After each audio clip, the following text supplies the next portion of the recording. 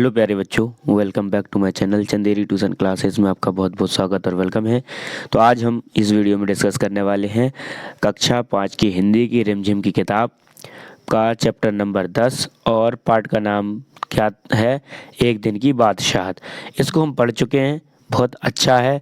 इसमें बहुत सारे कैरेक्टर हैं, ठीक है, जैसे पूरा एक परिवार है और परिवार में एक दिन की बादशाहत का मतलब कि बच्चे बड़े बूढ़े घर में सबको एक बार एक अधिकार मिला, मतलब मिले। अब अधिकार में क्या मिला कि बच्चों को क्या करना है, बूढ़ों को क्या करना है, और जो मम्मी है पापा हैं भाई उनको क्या करना है, ठीक है। जब सबको एक एक दिन का जब अधिकार मिला तो फिर किसी ने किसी की बात मानी नहीं, क्योंकि हर बात किसी की ना किसी की उल्टी रहती थी वो, ठीक है। तो ऐसे ही इस कहानी में पढ़ के बहुत मज़ा आता है। आप भी इस कहानी को अच्छे से पढ़ें और फिर उसके बाद यहाँ पर पार्ट 1 मैंने बना दिया है और ये वीडियो आपकी है पार्ट 2, जिसमें हम यहाँ पर क्वेश्चन आंसर और वर्कशीट के बारे में यहाँ पर कंप्लीट करेंगे। चलिए वीडियो को यहाँ पर स्टार्ट करते हैं। तो पहला क्वेश्चन है कि कहानी की बात मतलब कहानी में क्या क्या आया है। तो अब्बा ने क्या सोचकर आरिफ की बात मान ली। तो आरिफ ने बात रखी थी, तो आरिफ की बात क्या सोचकर अब्बा ने उनके मान ली थी, मतलब पिताजी ने। तो उन्होंने सोचा, आंसर में क्या लिखोगे कि उन्होंने सोचा कि बच्चों की बात कभी कभी मान लेनी चाहिए। उन्हें जिज्ञासा भी थी कि देखें बच्चे कैसे क्या करते हैं, ठीक है। बच्चों की बात मान ली गई थी, बच्चों ने कहा था कि हमें भी कुछ दिन का अधिकार मिलना चाहिए कुछ चीज़ों पर, ठीक है। तो क्वेश्चन दूसरा आता है कि वह एक दिन बहुत अनोखा था जब बच्चों को बड़ों से अधिकार मिल गए थे। वह दिन बीत जाने के बाद उन्होंने क्या सोचा होगा। किस किस ने क्या क्या सोचा, आरिफ ने क्या सोचा, फिर उसके बाद आपके अम्मा ने क्या सोचा और दादी ने क्या सोचा, ठीक है। तो पहले लिखेंगे हम आरिफ के बारे में। तो क्या लिखे, क्या सोचा आरिफ ने सोचा होगा कितना अच्छा होता अगर रोज ऐसा ही दिन होता, फिर उसे मज़ा ही मज़ा आता, ठीक है, जिस हिसाब से आरिफ को मिला था। फिर उनकी अम्मा कहती, अम्मा मतलब अम्मी ने सोचा होगा कि, है ना, अम्मा या फिर अम्मी ने सोचा होगा कि बच्चों की मर्जी भी सुननी चाहिए, उन पर हमेशा पाबंदियां नहीं लगानी चाहिए, ठीक है। फिर दादी ने क्या सोचा है कि दादी ने सोचा होगा कि अच्छा हुआ वह एक दिन बीत गया, नहीं तो ये बच्चे नाक में दम कर देते, ठीक है, बहुत परेशान करते ये बच्चे। फिर उसके बाद क्वेश्चन आगे आता है कि तुम्हारी बात में पहला क्वेश्चन है कि अगर तुम्हें घर में एक दिन के लिए सारे अधिकार दे दिए जाएं तो तुम क्या क्या करोगी, ठीक है, क्या क्या करोगी या करोगे। तो आप उत्तर में कुछ अपने हिसाब से लिख सकते हैं, आपके घर के हिसाब से, ठीक है। आप जैसे आप अपने हिसाब से लिख सकते हो, तो इसमें अपने हिसाब से लिखूं, जैसे कंप्यूटर पर ज़्यादा देर तक काम करूंगी, ठीक है, अपने सहेलियों को बुलाकर अपने गप्पे मारूंगी, दूध और फल बिल्कुल नहीं लूंगी, रसोई से मनमानी चीज़ें बनवा कर खाऊंगी ना, नेट पर सर्कल करूंगी और मोबाइल ज़्यादा चलाऊंगी। ऐसे मतलब जो बच्चों को पसंद है, आपको पसंद है, वो चीज़ों के बारे में आप लिखेंगे, ठीक है। फिर क्वेश्चन आता है दूसरा कि कहानी में ऐसे कई काम बताए गए हैं जो बड़े लोग आरिफ और सलीम से करने के लिए कहते थे। तुम्हारे विचार से उनमें से कौन कौन से काम उन्हें बिना शिकायत किए कर लेने चाहिए थे और कौन कौन से कामों के लिए मना कर देना चाहिए था, ठीक है। तो देखो, वे ऐसे काम हैं जो उन्हें शिकायत कर लेनी चाहिए थी। जैसे उत्तर में आप लिखोगे तो क्या लिखोगे कि मेरे विचार से आरिफ और सलीम को निम्न काम बिना शिकायत के करने चाहिए। पहला कौन सा काम है, जैसे रात को जल्दी सोने और सुबह जल्दी उठने का काम। दूसरा, घर में शांति में रहने का काम। तीसरा, दोस्तों के साथ गप्पे नहीं मारने का काम। चौथा काम, कम जेब खर्च में ही संतुष्ट रहने का काम, ठीक है। अब क्या उनको मना कर देना चाहिए था, जैसे कि काम नहीं करने, तो कौन सा काम था जिसको मना करना चाहिए था, तो वो काम थे बेकार कपड़े पहनने से और मिर्ची के सालन खाने से, ये मना कर सकते थे वो, ठीक है। फिर उसके बाद अगला आता है हेडिंग तरकीब। उन्होंने क्या क्या योजनाएं बनाई। पहला क्वेश्चन यहाँ पर है, मतलब दोनों घंटों बैठकर मतलब दोनों ने घंटों बैठकर क्या क्या पाबंदियां से बच निकलने का तरकीब सोची, मतलब योजना सोची। पहला है, तुम्हारे विचार से वे कौन कौन सी तरकीबें सोचते होंगे। तो वे सोचते होंगे कि घर के बड़े लोगों को कैसे समझाया जाए जिससे वे उन पर इतनी अधिक पाबंदियां ना लगाएं। दूसरा है, कौन सी तरकीब से उनकी इच्छा पूरी हो गई। तो उन्होंने अब्बा से दरखास्त पेश की कि एक दिन उन्हें बड़ों के सारे अधिकार दे दिए जाएं और सब बड़े छोटे बन जाएं। तीसरा प्रश्न है कि क्या तुम उन दोनों की तरकीब से भी अच्छी तरकीब सुझा सकते हो। तो उन दोनों ने जो तरकीब अपनाई वह सबसे अच्छी है। इन तरकीब ने बड़ों को इस बात का एहसास करा दिया कि हर समय बच्चों को निर्देश देते रहना अच्छी बात नहीं होती। ठीक है, फिर आता है उसके बाद अगली हेडिंग, अधिकारों की बात। किसकी? अधिकारों की बात। तो आज तो उनके सारे अधिकार छीने जा चुके हैं। क्या छीने जा चुके हैं? पहला है, अम्मी के अधिकार किसने छीन लिए थे। तो उत्तर है कि आरिफ और सलीम ने अम्मी के अधिकार छीन लिए थे। दूसरा है, क्या उन्हें अम्मी के अधिकार छीनने चाहिए थे।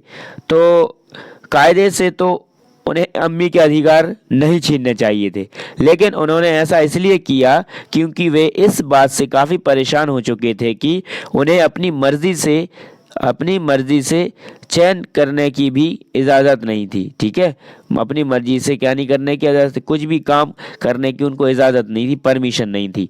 ठीक है, फिर तीसरा है, उन्होंने अम्मी के कौन कौन से अधिकार छीने होंगे। तो उन्होंने कौन कौन से छीन लिए? जैसे डांटने का अधिकार मना कर दिया कि डांटने का अधिकार नहीं है आपके पास, है ना। अपना मनपसंद भोजन बनाने का अधिकार भी नहीं है, मतलब बनवाने का अधिकार है उनके पास। अपना मनपसंद भोजन बनवाने का अधिकार है। जैसे बच्चों ने कहा कि हलवा पूरी वो बनाओ तो वो बनाने का अधिकार है ना। पाबंदियां लगाने का अधिकार, आप कुछ कह नहीं सकती उन बच्चों से, ये अधिकार था। फिर उसके बाद आता है हमारे यहाँ पर बादशाहत। अब आता है कि बादशाहत क्या होती है, चर्चा करो। बादशाहत क्या होती है?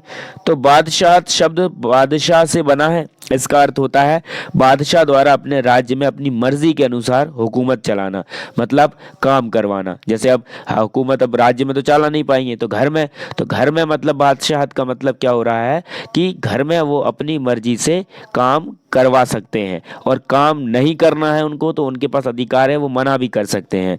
ठीक है, उसके बाद आता है यहाँ पर दूसरा, तुम्हारे विचार से इस कहानी का नाम एक दिन की बादशाहत क्यों रखा गया। तुम भी अपने मन से सोचकर कहानी को कोई शीर्षक दो। ठीक है, तो क्यों मतलब ऐसा क्यों बनाया गया जी। तो आप उत्तर दे सकते हैं इसमें कि ऐसा शीर्षक इसलिए रखा गया क्योंकि आरिफ और सलीम एक दिन के लिए बादशाहत की तरह, मतलब बादशाह की तरह अपनी मर्जी से घर का शासन चलाते हैं। वे घर के सभी सदस्यों को आदेश देते हैं, उन्हें क्या करना है, क्या पहनना है, क्या खाना है आदि निर्देश देते हैं। इस कहानी का दूसरा शीर्षक हो सकता है बच्चों की हुकूमत। ठीक है, तीसरा प्रश्न है, कहानी में उस बच्चों को सारे बड़ों वाले काम करने पड़ते थे। ऐसे में कौन एक दिन का असली बादशाह बन गया। तो ऐसे में कौन बन गया? तो बच्चे बन गए थे एक दिन में। तो ठीक है, कौन बन गया था? बच्चे बन गए थे। तो आप उत्तर में लिखेंगे कि आरिफ एक दिन का असली बादशाह बन गया था। सबसे ज्यादा पावर किसके पास था? आरिफ के पास था। वो कुछ भी करवा सकता था, कुछ भी कर सकता था। फिर आता है उसके बाद तरमाल। ठीक है, तरमाल। अब तरमाल में क्या है?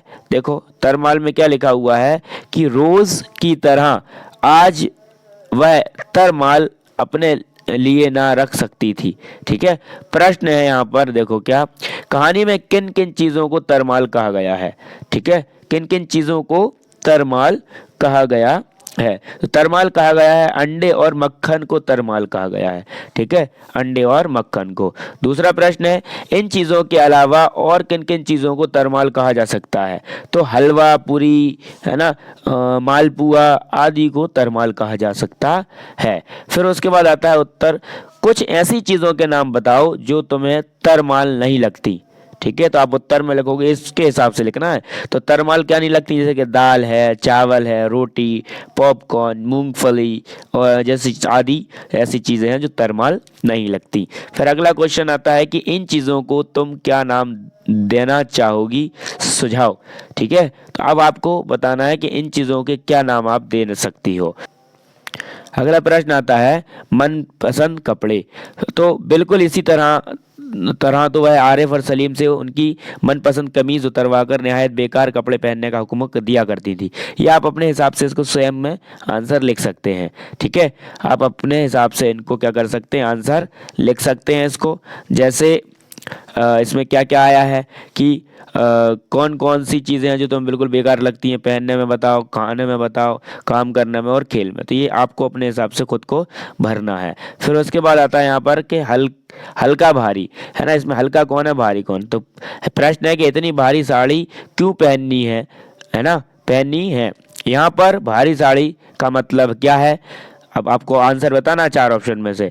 पहला है साड़ी का वजन ज़्यादा है, साड़ी पर बड़े नमूने हैं और साड़ी पर बेल बूटे की कढ़ाई है। तो आंसर कौन सा हो जाएगा, साड़ी पर बेल बूटे की कढ़ाई थी। दूसरा आता है आपका प्रश्न क्या कि भारी साड़ी, ठीक है, भारी साड़ी, भारी अटैची, भारी काम और भारी बारिश। तो आप इसमें कौन सा लिखेंगे। अब आपको हर चीज़ पे अलग अलग लिखना है। भारी साड़ी के बारे में अलग लिखना है, ठीक है, और भारी अटैची के बारे में अलग। तो पहला लिखेंगे हम किसका, भारी साड़ी के बारे में। अब लिखा है ऊपर, क्या लिखा है कि ऊपर भारी विशेषण का 4 अलग अलग संज्ञाओं के साथ इस्तेमाल किया गया है। ठीक है, इन चारों में भारी का अर्थ एक सा नहीं है, इनमें क्या अंतर है। ठीक है, इनमें क्या अंतर है। तो इनमें अंतर क्या है, तो आप देखो भारी साड़ी, आप भारी साड़ी में लिखेंगे कि साड़ी पर बेल बूटों की कढ़ाई होने पर यह भारी लगने लगती है। ऐसी साड़ी महंगी भी होती है, अतः यहाँ भारी का अर्थ महंगी और अत्यधिक कढ़ाईदार से है। दूसरा है भारी अटैची। तो अटैची में वजनदार सामान है जिससे वह भारी हो गई, अतः यह भारी का अर्थ है वजनदार। दूसरा है भारी हो वजनदार। भारी काम, कोई काम जब बहुत बड़ा, मुश्किल और पेचीदा, मतलब मुश्किल परेशानी वाला होता है तब उसके पहले भारी विशेषण का प्रयोग किया जाता है, अतः यह भारी का अर्थ काम के बड़े, मुश्किल और पेचीदा होने से है। दूसरा है भारी वर्षा। तो जब वर्षा जब बहुत अधिक होती है तो उसके पहले प्राय हम भारी विशेषण लगाते हैं, अतः यहाँ भारी का अर्थ होता है अधिक से। ठीक है, फिर आता है गा के भारी की तरह हल्का का भी अलग अलग अर्थों में इस्तेमाल करो। हल्के का भी क्या करो, इस्तेमाल करो। तो हल्के का मतलब हल्का बदन या शरीर, आज मैंने कम खाया है जिसके कारण बदन हल्का महसूस हो रहा है। हल्की बात मेरे सामने इतनी हल्की मत करा करो, है ना। हल्का काम, जो काम तुम कर रहे हो वह बहुत हल्का है और कोई भी उसे कर लेगा। फिर आता है हल्का खाना, मेरी दादी हमेशा हल्का खाना खाती है। तो ये हल्के खाने से संबंधित यहाँ पर क्वेश्चन हो गए। मेरे हिसाब से आपको बहुत अच्छे से ये चैप्टर समझ में आ गया होगा। मैंने आपको पहले पार्ट में बहुत अच्छे से ये समझाया था और दूसरे पार्ट में मैंने इसके क्वेश्चन आंसर को, वर्कबुक को बहुत आसानी से अपनी भाषा में मैंने समझा दिया। ठीक है, तो आई होप ये आपको वीडियो बहुत अच्छी लगी होगी, और वीडियो अच्छी लगी है तो वीडियो को लाइक ज़रूर करा करें। वीडियो को लाइक करें, अपने दोस्तों को शेयर करें, है ना। और ऐसे ही प्यार बनाए रखें चैनल पर, और वीडियो को शेयर ज़रूर कर दिया करें। और चैनल पर नए हैं तो चैनल को सब्सक्राइब भी कर लें, जिससे आने वाली वीडियो की नोटिफिकेशन आपको मिल जाए। तो बेल आइकन को प्रेस भी कर लें, और प्लेलिस्ट पर जाकर आप अपने अकॉर्डिंग अपने मन पसंदीदा किताब, चैप्टर, पार्ट जो भी आप देखना चाहते हैं वीडियो देख सकते हैं। थैंक्स फॉर वॉचिंग, मिलते हैं नेक्स्ट वीडियो में।